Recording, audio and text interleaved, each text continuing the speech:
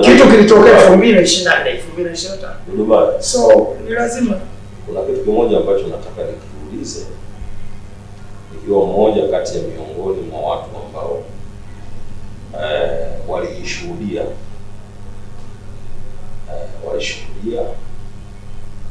hii ni beef, walishuhudia, ilikuwa mmoja kati ya shuhuda ambao nilimuona ama nilikuona kwa mara ya kwanza ukimpiga Mr. Nice. Mimi nilishuhudia, na kuwepo kwangu hapa si kana kwamba nahitaji hili jambo liendelee, lakini mimi nilishuhudia ukimpiga Mr. Nice.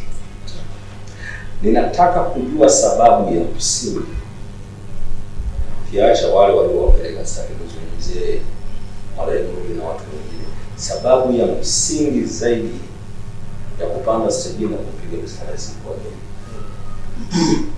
Issue hivyo kwa kama nilivyosema mwanzo, kitendo cha Bamu Samii kunifuata niende backstage wakati sihusiki, kulikuwa na kitu kimetengenezwa bila hata yeye huyu kujua, mimi kujua.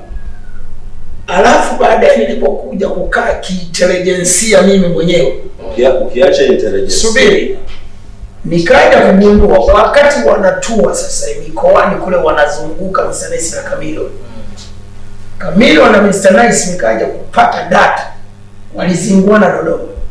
Kwa mpaka wanakuja kwenye show Dar es Salaam walikuwa waongee na story. Kwa hiyo Camilo akatumia advantage ya kuniita mimi jukwani kama kumuumiza nani? Huyu. Lakini waandaji wa show walikuwa wanajua huo mpango, na ndio maana Bouncer alituma na waandaji wa show ambao ndio Klaus. Sasa Dubai. Subiri sijamaliza. Najua. Nimekaa hapa kama connector. Nimekaa hapa. Sasa wewe umetaka story hapa tukatoka kwenye this is connection. This is connection. Sasa we here in good way.